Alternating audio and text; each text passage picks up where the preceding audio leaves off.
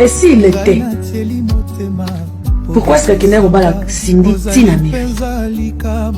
Posez-vous toutes ces questions-là. Et puis à la fin, foutez-moi la paix. Vraiment, foutez-moi la paix. Parce que Nga Cindy,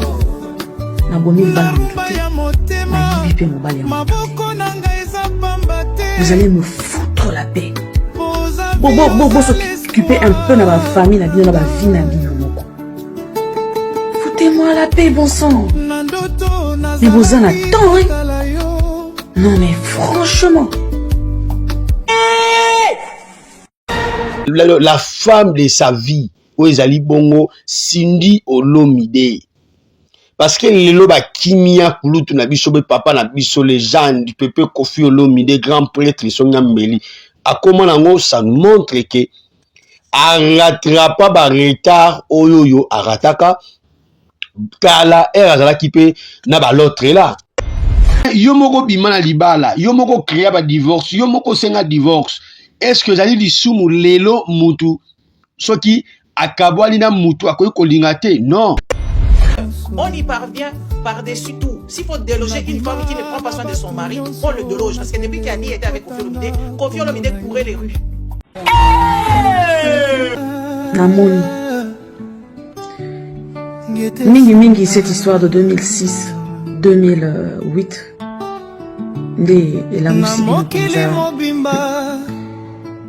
Ok. Ancien Alabino avant. Karouya Kosala Banali, soi-disant analyse. Vous se renseignera bien. Boyaranaba, à peu près, la supposition, vous qui ne se renseignera vrai. Et le long, vous commencez à dire que Abala Boy, oui, mieux vaut Kofi Abala Boy ou Ezali Cindy. N'a pas d'andimé en haut. Mieux va Abala Boy ou Ezala qui Cindy. Que Abala bato batema na ba coin, bato batema banzela to yebi basa ba artiste belé, na monsieur va divorcer kaka ju oyo ya longwa tina oyo ya longwa kena oyo. Mais Cindy non. Madame Olomide, bon kingaye, bon comparé Ali aye na kitoko na ye ba bengani ribala. Koto Ali azape zoba, abundi ata biete. Ngai to ko bunda tina na ko yemba. Na ko kete peka ko yemba kaka. Tozala ki baye. Ngai ya wala. Na ko ki malibala te. Nala ko ki mate. Nala ko ki mate ya akini mais akini akomi malheureuse. Akini. Bonjour, bonsoir, ça n'est pas elle que vous suivez une très belle émission. Abonnez-vous, partagez, likez, que ça la plaisir Makasi. Aujourd'hui, nous allons parler une polémique qui circule actuellement sur la toile concernant la vie des couples de l'artiste et musicien Kofi Olomide, autrement dit Nzambe, Songe Ambeli, Babetakali Kofite, légende, les gods, les mythes. Vous savez que Kofi Olomide Komalingara, Sanzula Ime Bakombo na Yewani sera plaisir. Avec Mamassi le cœur Olomide dans une rencontre émission. Cette dernière déclaré qu'il avait rencontré avec l'artiste Kofi Olomide en 2026 et 2028. Alors cette histoire qui a déclenché quand même une polémique au lelo tomoni batunyo surtout bazali bongo ko lobelango. Alors Kofi Olomide et Mama Alia se sont mariés à Paris, c'était le 15 avril 1994. Histoire de 2006 et 2028 avant Kofi Olomide na Cindy Babalana. Est-ce que Kofi Olomide était déjà divorcé ou araki toujours na Oezali Bongo Mama Alia Oezali Bongo Mama Yabana? Parce qu'aujourd'hui nous allons surtout que Kofi Olomide ye azali lisusu te na mama ya Miche. Pour ceux qui ngalo ba ke mama ya bana pour qu'on respecte pe mama oyo aboteli Koffi Olomide bana mais lelo tu ba ke moi si femme légitime, moi si ba bala na mongo, moi si bonora, moi si ba memaye partout na parquet ba sala civil ezali bongo mama si. En tout cas na pesi ba mbote na musika pe ba félicitations la concert ya 39e ya quartier latin. C'est une concert auto afrita ki bongo réussite totale pe félicitations na mama si pour l'album qui toko si prima si album oyoyo et ko renverser ma solo ya ba album ebele na terrain. En tout cas ba félicitations ebele. Aujourd'hui ton lingato betawe ezali bongo li solo il y a 2026-2028 parce que tu es que coutumièrement libala ya Koffi Olomide et Sindu le cœur coutumier et salamaki bongo na 2010 et civilement et salamaki bongo na 2012. Alors si libala o eleka qui a tourné civilement, est-ce que Koffi Olomide il était marié ou ceux qui marié? Pourquoi babalanaki na Sindu kino na niveau ya Amérique ezali moko tokolinga to solo lango lelo parce que lelo li solo ekoti na toile mutu na mutu azopesa point de vue na ye na ndenge ye moko azali kopesela mais toyeba ke Sindu le cœur mama si Olomide yazali femme légitime oyo azo mérité ba respect ebele. Na posa qui une question déjà na début na tourni est-ce que mama si ye mutu asala ke moi si ya Koffi mama bana ya Koffi ya kala abima na libala to mama si avec Koffi Olomide babanda ki déjà bolingo na bango banda kala. Alors bandeko balandi, abonnez-vous, partagez, likez et que ça a vraiment plaisir makasi. Libre Africa Télévision tous ali wana pona kopesa la bino o ezali bongo ba news o ezali bongo ba information. Alors entre bi ezali gratuit au s'abonner OK na cloche de notification pour la prochaine vidéo et ba bongo nako raté yangote. Alors bandeko balandi lelo li solo oyo toyebi ke batu mingi bazali koloba ke Koffi Olomide légende ye apesaka mama si tante ya koleka na émission il y a intervention mususu ka fallait mama si aloba ezali kaka quatre koraman ye moko mutazo a toujours parole et tomonaki bato basengaki bato balobaka ke mama si alobaka te lelo mama si alekaki na oyo ezalaki bongo na émission. Alors on a émission mama si alekaki, vous savez très bien mama si avec Koffi Olomide bango bazali batu oyo bolingo na bango en tout cas bazaka na tabouté, c'est-à-dire batambolaka basimbanaka, il y a des vidéos ba photos partout avec mama si na mobile nae et na mama si vu que alingaka Koffi Olomide de vrai bomoni même l'émission alingaki ko présenter Koffi Olomide comment azali mobile naye, comment azali mobile vraiment ya vie naye parce que lelo toyebi kozala ya sini et pas ya Koffi Olomide to santape selo ba rumeur ne ba ko cycler tango no soke Koffi asali boye Koffi boye ba rumeur wana nyonso tout ezala lisu te o affaire boye o kutu boye ba biloko nyonso tout ezala raté. Ça nous montre aussi que Koffi Olomide il a rencontré la femme de sa vie o ezali bongo Sindu Olomide. Parce que lelo ba kimia kulutu na biso be papa na biso légende du peuple Koffi Olomide grand prêtre songa mbeli a comment nango ça nous montre que a rattrapa ba retard oyoyo a rataka kala azala ki pe na ba l'autre là Sindu le cœur a qu'une émission abetili solo ya date oyoyo ye ils sont rencontrés avec Koffi Olomide na 2006. Na 2006 yango to poser question 2006-2008 histoire oyoyo ne yango yeko pesa penza mwa moto. Yango yeko créer polémique lelo na réseaux sociaux entre ba analystes soit-disant ba analystes o lelo ba yeko taquer o le ko sala ba analyse ko luka o ezali bongo ba information o ezali vraiment vrai. Yango nazo poser ka question soki na lobi ke histoire ya 2006-2008 avant Koffi na Cindy Olomide babalana, est-ce que Koffi Olomide azalaki marié ou azalaki divorcé ou azalaki na processus de divorce? Parce que ce qui est na processus de divorce qui ba proclama ki bango nanu te ki bazali divorcé, alors Koffi Olomide avec Mamasi balingaki pété bango baeba na kobalana parce que basala civil même na Mama Alia na Cindy Olomide aujourd'hui la femme légitime ya Koffi Olomide basala civil.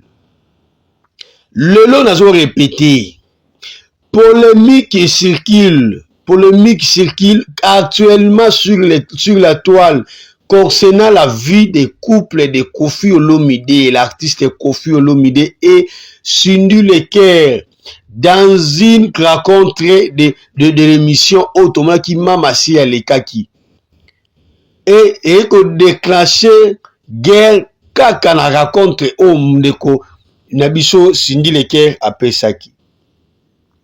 Lelo sengeli batebeli bayeba que civilement Koffi Olomide avec Mamasi baye kosala o ezali mariage na bango civilement na 2012. Alors lelo batu mingi bakozwaka Cindy bakokonanaka ye lokola Cindy ne abimisaka Mama Alia na ndako libala. Non, tu vois comment Koffi Olomide azalaki toujours abandonné lorsque azalaki na l'autre là. Comment que Mama Alia alingaki libala te, alingaki beaucoup plus ba voyage, alingaki beaucoup plus musala. Toyebi comment nan Koffi Olomide toyoka tone koyoka ngo ate zakaba ba solo lokuta mais o Koffi Olomide azwaka banani Koffi Olomide asala kaboy bato belé o lelo balatsi Koffi Olomide masque moko boye ya mabe. Parce que à chaque fois, moi, si ce qui a voyagé à Kei, moi, ça loue la voyage. Ce qui a Kei. Mais le lot, tout le monde raconte, et à Koffi Olomide et Mamasi, nous sentons vraiment que l'artiste a retrouvé la vraie sens de la vie. L'artiste a retrouvé la bonne sens aussi qu'il doit se vivre na bolingo. Avec Mamasi et Mamasi ba félicitations na oyo sala ipa ya Koffi Olomide na nemo zongisa Koffi Olomide na kimia pe na bolingo solo na émission moko Koffi Olomide lui-même Koffi Olomide confrère nanga Israël Mutombo azali kulutu nanga a posé question est-ce que oko divorcer lisusu toyoka réponse ya kwatra kora aloba boye a raisonnaka te makamona pa kanisa ngo te pe royaka te kiye akoki ko divorcer un jour parce que Koffi Olomide il a retrouvé le vrai amour chez Mamasi. Il y a pas polémique et batuba yebake Cindy Leker akuta Koffi célibataire. Cindy Leker a botola bolingo ya batute. Aujourd'hui, Mamasi, il parle pas trop, mais binone bokomi kotuka Mamasi.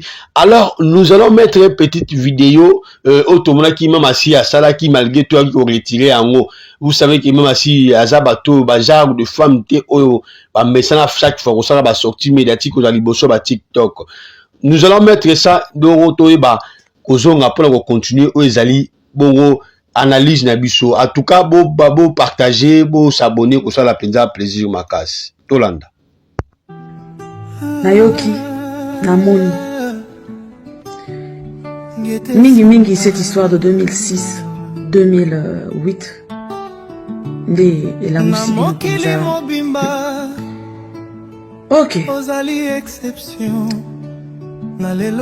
Ancien à la bino avant.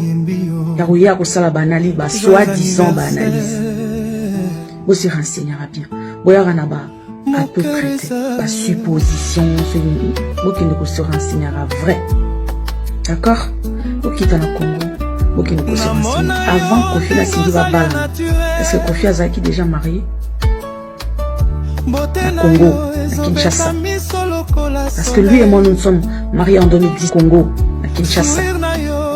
Parce que lui et moi nous sommes mariés en 2010 coutumièrement et en 2012 civilement. Donc tout na soki avant Kofi na Sindi Babala. À Congo, Kofi était déjà marié.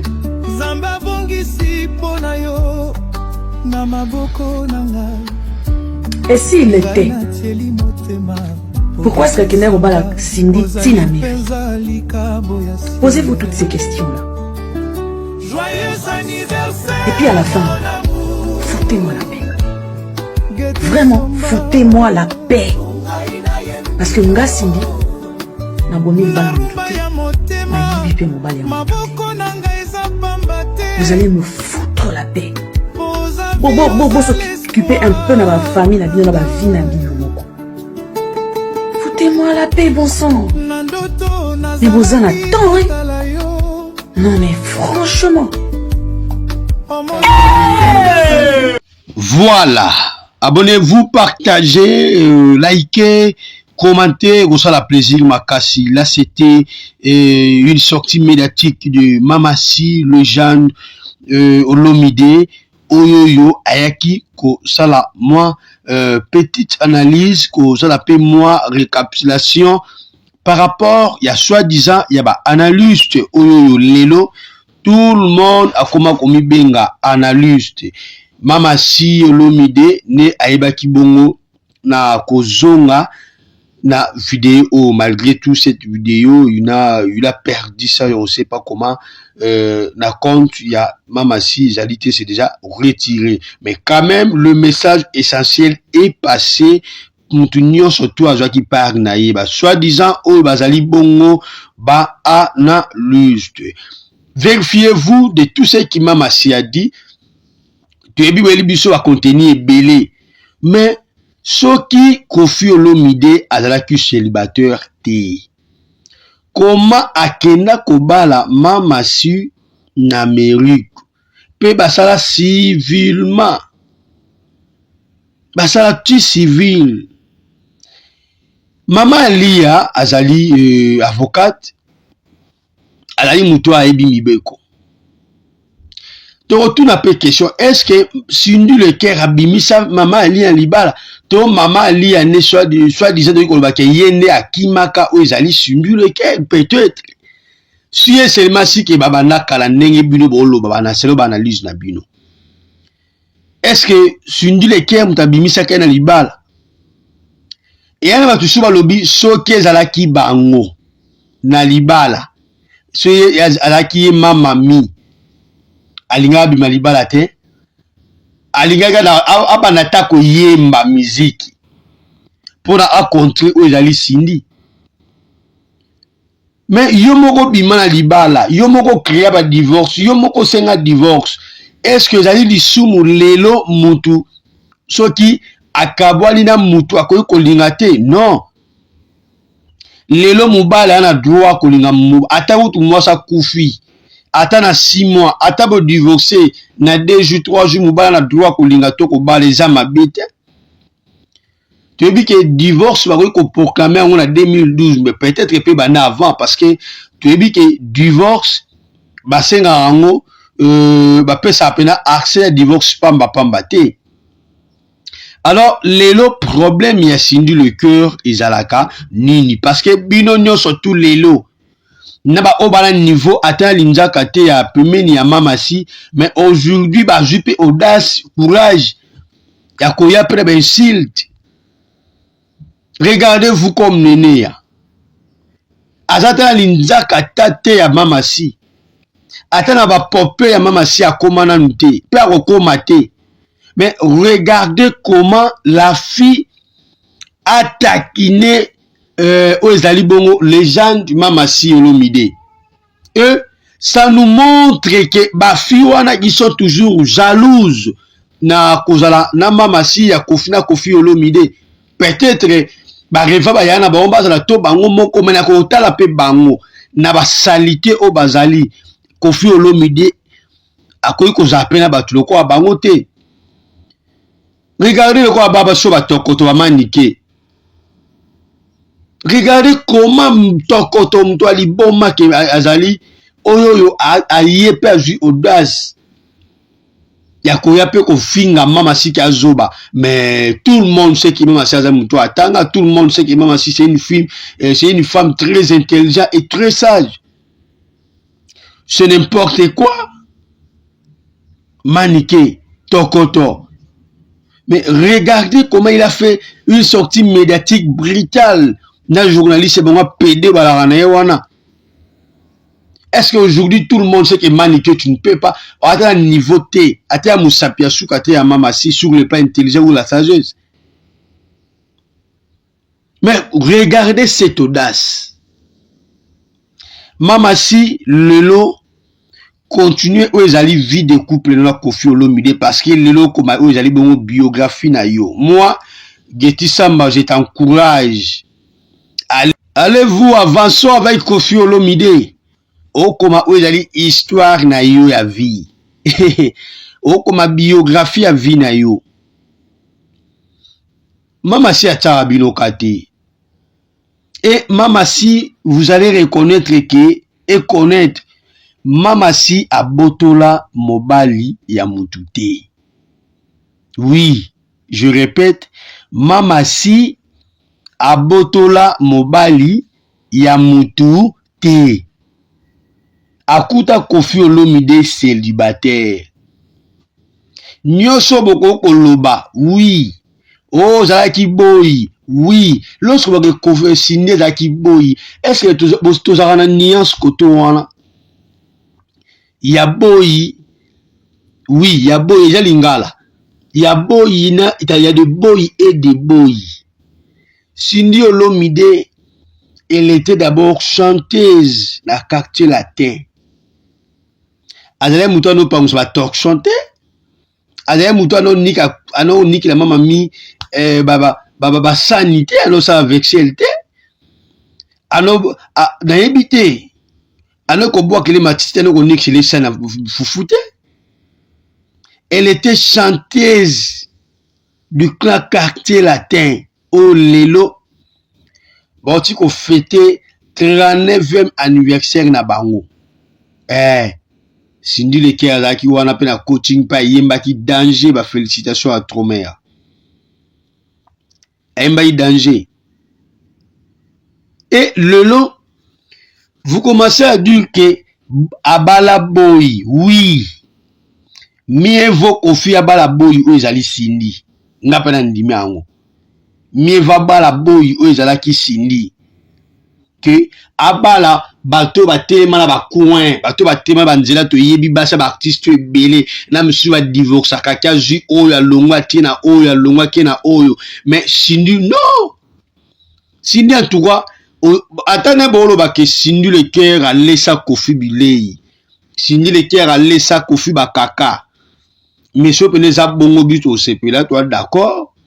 On est d'accord que Kofi Olomide a bakaka, oui, parce que il a retrouvé la paix. Kofi Olomide, il a retrouvé le vrai amour. Pembeni ya Mamasi. Mamasi umela na ngwende na yo. Vana.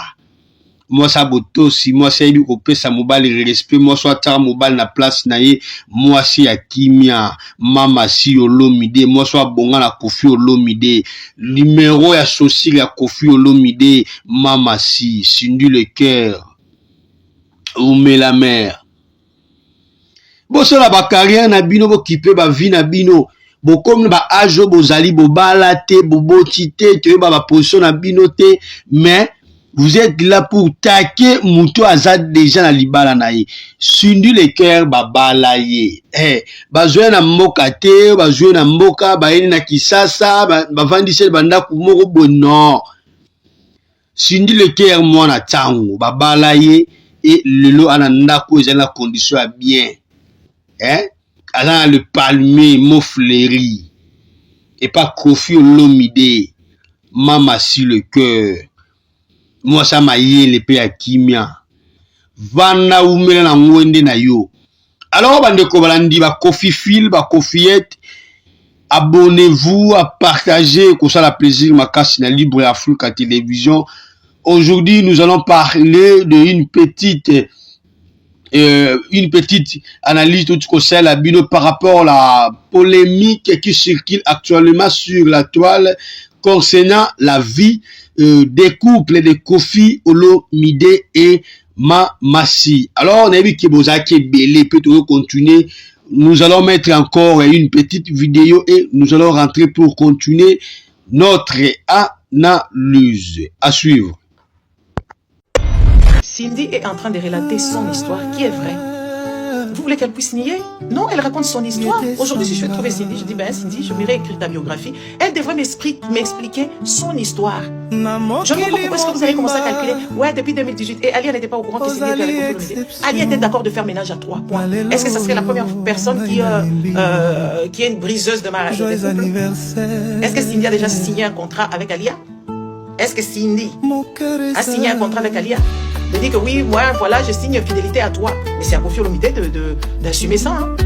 Et en plus de ça, moi, je veux vous dire, arrêtez d'harceler les gens. Les gens, ils ont le droit de faire ça. Tout le monde, si vous n'êtes pas opportuniste, voilà, nous sommes de retour sur cette émission pour la première fois. Abonnez-vous, partagez, likez, que ça la plaisir, Makasi, Bouti Kolanda. Une petite vidéo où j'avais promis que je voulais vous mettre ça.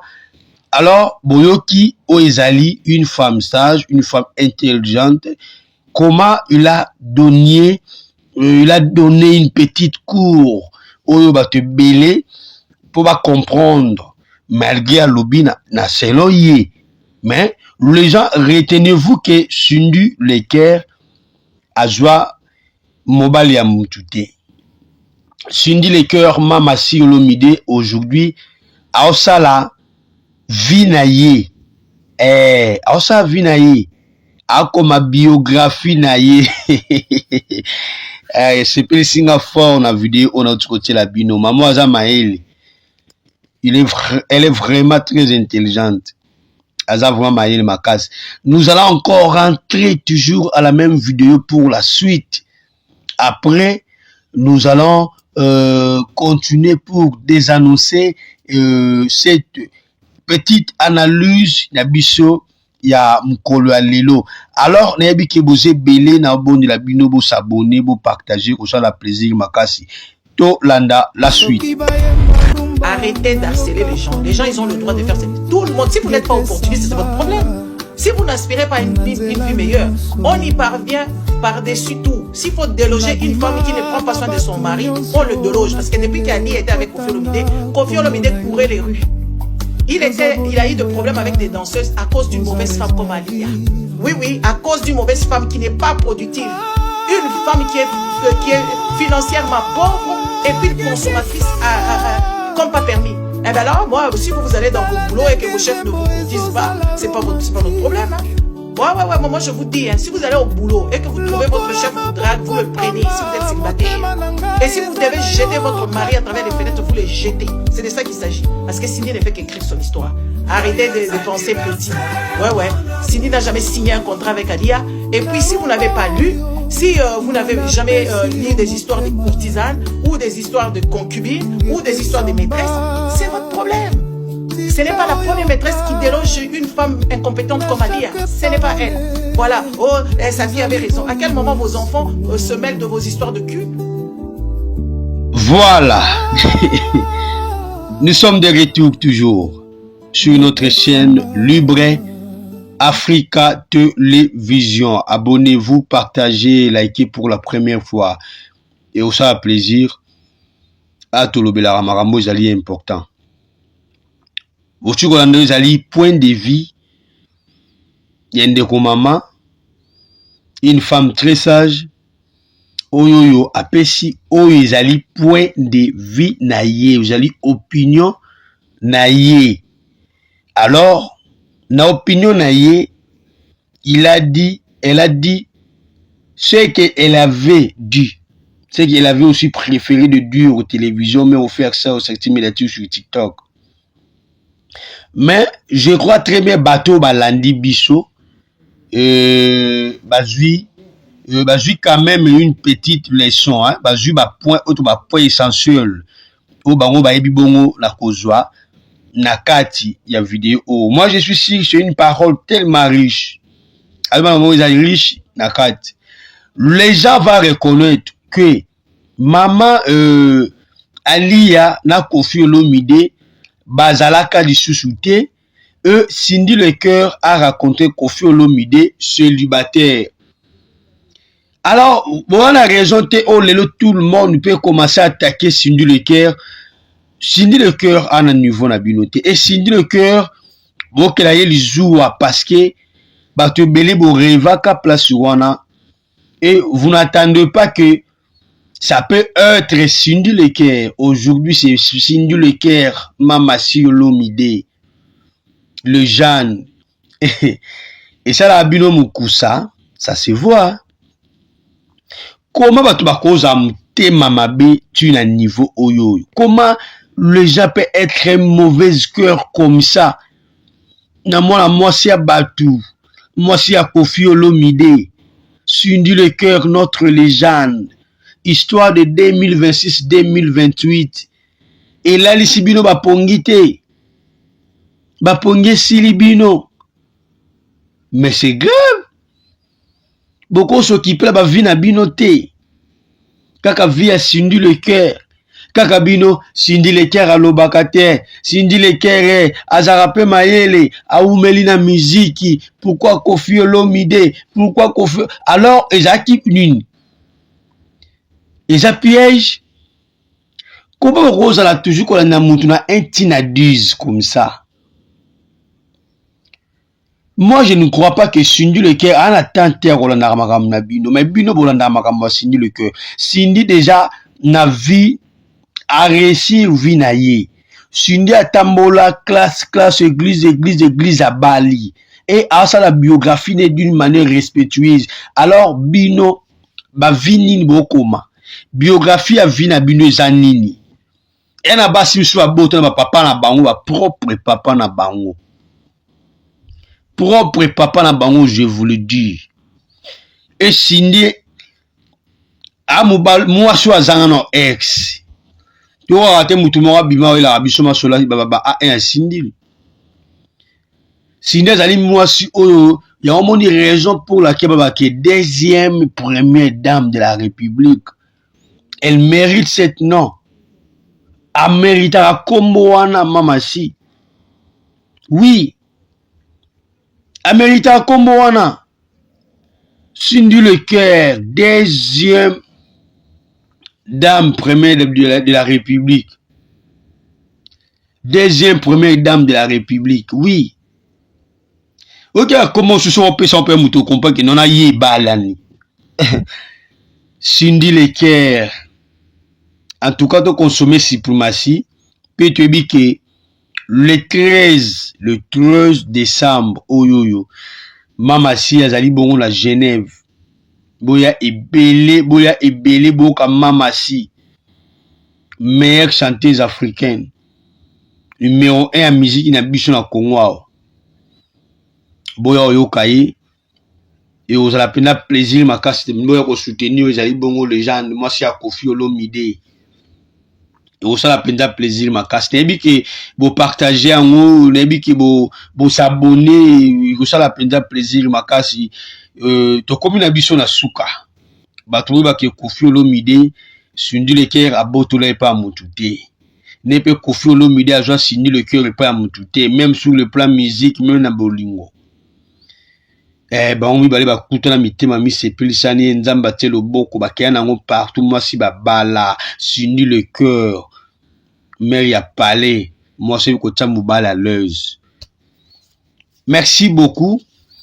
Ezali nga Geti Samba on a qui bon conseil la bino ezali enregistrement émission au petite analyse nebi ke boze belé pe mingi bazu ba part na bango mingi ba pona ko finga mabito pona ko recadrer muke ozali ba histoire ya bien be ba kaki suni le cœur abotola Koffi Olomide et pas mututé abala Koffi Olomide à tout étant célibataire na lobby à tout étant célibataire. Bozaki Belia Kolanda Biso, merci Tokutani Bongo Mbala Yassima. Bye.